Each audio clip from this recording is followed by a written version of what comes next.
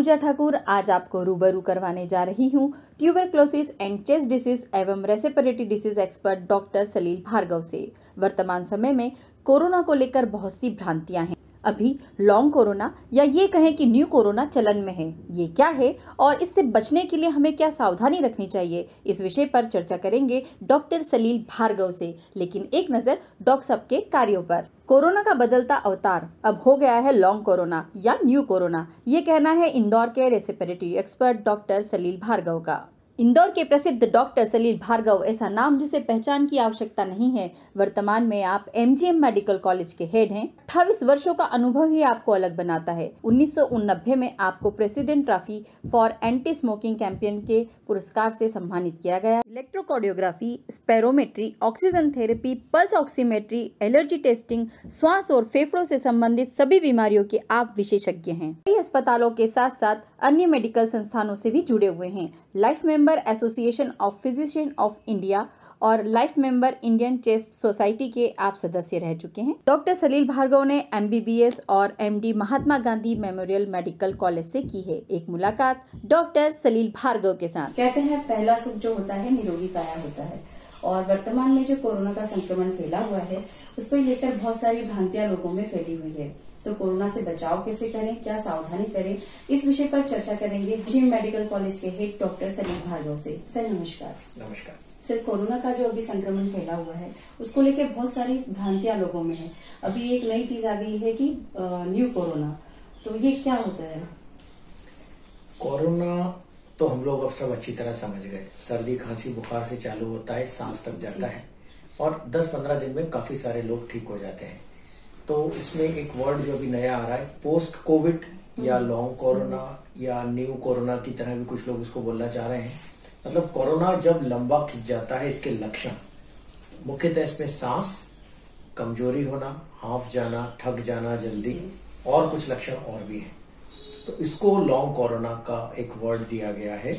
और यदि किसी को कोरोना से ठीक होने के बाद या कोविड से ठीक होने के बाद ये लक्षण उसमें हैं तो उसको अपने नजदीकी चिकित्सक से बात जरूर करनी चाहिए, जिससे कि वो अपनी अब जिंदगी को अच्छी तरीके से जी सके।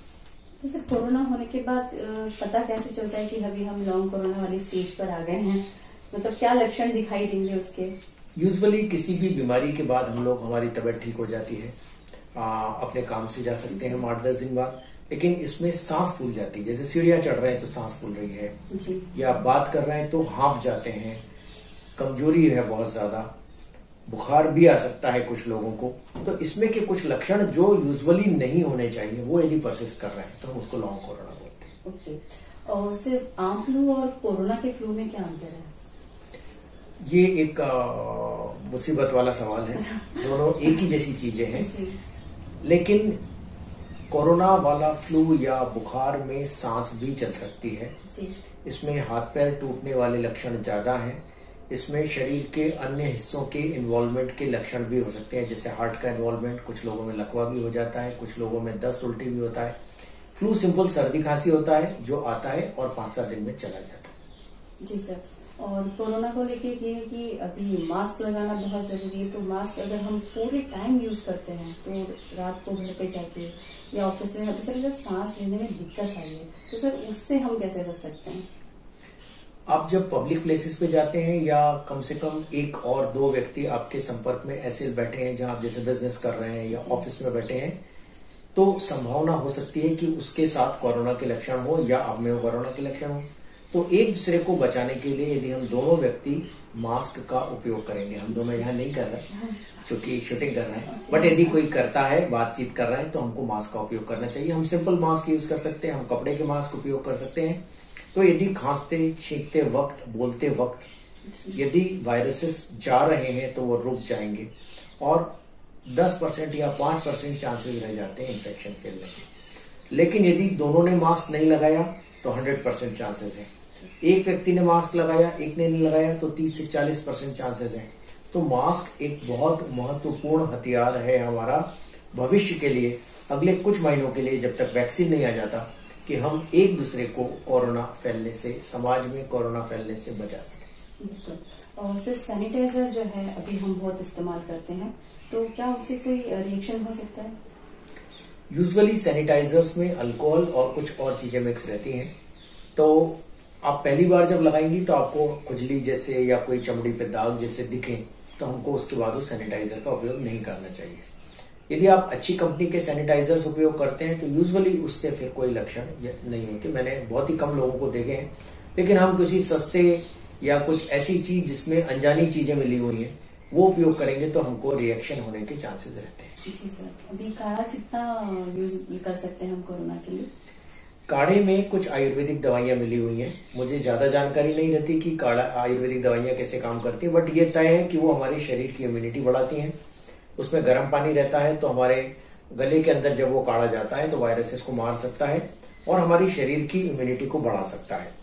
तो ये देखा गया है कि काफी सारी जगहों पे काढ़े के उपयोग से फायदा मिला है, कम से कम नुकसान नहीं करता। हाँ, ये बात सही है कि हम यदि लगातार बहुत ज्यादा मात्रा में काढ़ा पियेंगे तो हमारे पेट को शायद कोई तकलीफ हो सकती है। तो काढ़ा कितना फायदेमंद है ये मैं जवाब नहीं दे सकता, लेकिन हाँ कुछ ना कुछ फायदा हमारे शरीर को ये जरूर करता है। सर, अभी कोरोना का आए बहुत लंबा टाइम हो गया है और कोरोना अभी खत्म भी नहीं हुआ है, कोई उसका वैक्सीन भी नहीं आया है, लेकिन लोग बहुत लापरवाह हो गए हैं। तो अभी हमें क्या सावधानी रखनी चाहिए ज्यादा? मैं देख रहा था एक कार्टून जिसमें आया था कि जब पहले आया कोरोना तो सब डर रहे थे, दूसरी बार आया तो उससे थोड़ा सा उसके साथ खड़े हुआ, तीसरी बार उसमें उस लहर में तैरने की कोशिश कर रहे हैं। तो आप जो लापरवाह वर्ड यूज कर रही है वो सही वर्ड यूज कर रही है।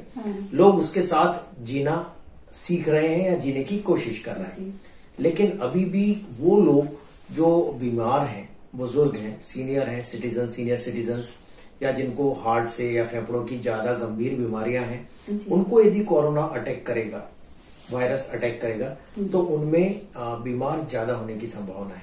अभी भी उन लोगों को बचना चाहिए, भीड़ भरे इलाकों में नहीं जाना चाहिए, अभी बहुत सारे लोगों से मिलना जुलना नहीं चाहिए, मास्क का उपयोग 100% करना चाहिए, सोशल डिस्टेंसिंग को अभी भी जब तक उनको वैक्सीन नहीं लग जाता या कोई नई दवाई नहीं आती, हम सबको सावधानी रखना ही चाहिए।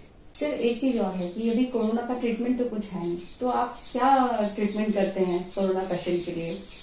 अभी आपने सुना होगा एक बात कि मास्क ही वैक्सीन है जी। इसी तरीके से मास्क, सोशल डिस्टेंसिंग, हमारी बॉडी इम्यूनिटी, अपना खुद का ख्याल रखना, हमारे साथ जो बीमारियां ऑलरेडी है, किसी को डायबिटीज है तो उसको कंट्रोल में रखें, नियमित व्यायाम करें, नियमित प्राणायाम करें, इसमें की ब्रीदिंग एक्सरसाइजेस करें। ये सभी इलाज से की जरूरत ही नहीं पड़े आपको। बीमारी होगी तो डॉक्टर लोग इलाज करेंगे, लेकिन हम यदि बच सके, आपको टच करके भी चला जाएगा यदि आप रोज व्यायाम करते हैं, रोज एक्सरसाइज करते हैं। ऐसा कहा जाता है कि सप्ताह में 5 दिन आधे घंटे आप सिर्फ चले, वॉक करें, सीनियर्स, यंग लोग दौड़ सकते हैं, प्राणायाम कर सकते हैं। तो ये सब व्यायाम हमारी शरीर की बॉडी इम्यूनिटी को बढ़ाते हैं। और यदि जिन लोगों की बॉडी इम्यूनिटी अच्छी है, आपने देखा कि उन लोगों को टच करके चला गया, उनका नुकसान नहीं हुआ। मृत्यु उन्हीं लोगों में होती है जो कमजोर होते हैं। कमजोर का मतलब पतले दुबले होना नहीं होता, मोटे लोग भी कमजोर हो सकते हैं। जिनकी बॉडी इम्यूनिटी कम होती है, जिनमें विटामिन की डेफिशिएंसी होती है, जो खाने में जंक फूड ज्यादा खाते हैं, दूध का सेवन नहीं करते, तो वो लोग कमजोर होते हैं और उन लोगों को अपना ध्यान रखना पड़ेगा, आगे भी रखना पड़ेगा, नहीं तो इन्फेक्शन भी उन्हीं को होगा और परेशानियां भी उनको देखना पड़ेगी। तो सर, एक छोटा सा आप डाइट सजेस्ट कर सकते हैं कि क्या लेना चाहिए? डाइट में सिंपल चीजें, हमको फ्रूट्स, वेजिटेबल्स का उपयोग प्रतिदिन करना चाहिए। जंक फूड जो हमारे यंग बच्चे लोगों जिनको बहुत शौक रहता है या सीनियर्स को भी रहता है, उससे बचे, क्योंकि उसमें ना विटामिन होते हैं और वो शरीर में ब्लड प्रेशर, हार्ट जैसी बीमारियों को बढ़ाते हैं, तो उनसे हमको बचना चाहिए। यदि हम हिंदुस्तानियों का और इंदौरियों का खाना बुरा नहीं है, कचौरी समोसे पूरी जरूर थोड़ा सा ज्यादा खा लेते हैं, बट यदि हम नियमित रूप से खाने का अपना ध्यान रखेंगे, विटामिन की कमी आपके शरीर में निकलती है तो उसका सेवन करेंगे, 1 गिलास दूध लेते हैं, तो फिर हम लोग अपने खाने को ठीक तरीके से ले रहे हैं, ये बात तय है। सर, क्या मैसेज देना चाहेंगे आप हमारे लोगों को कि अभी कोरोना के दौरान वो कैसे क्या सावधानी बरतें?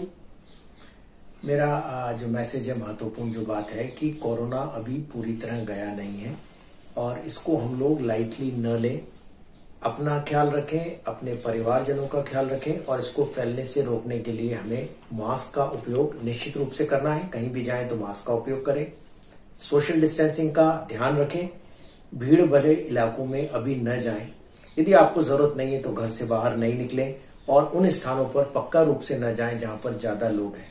यदि हम ये सब ध्यान रखेंगे तो वैक्सीन आने तक हम अपने समाज को और अपने परिवार को एक हद तक सेफ रख के निकल सकेंगे। तो देखा सर ने हमें कितनी अच्छी जानकारी दी और बताया है कि भीड़ में जाने से बचें, मास्क लगाएं, सैनिटाइजर का उपयोग करते रहें और अपना ख्याल रखें, अपने परिवार का भी ख्याल रखें। उचित दूरी तो सावधानी पूरी।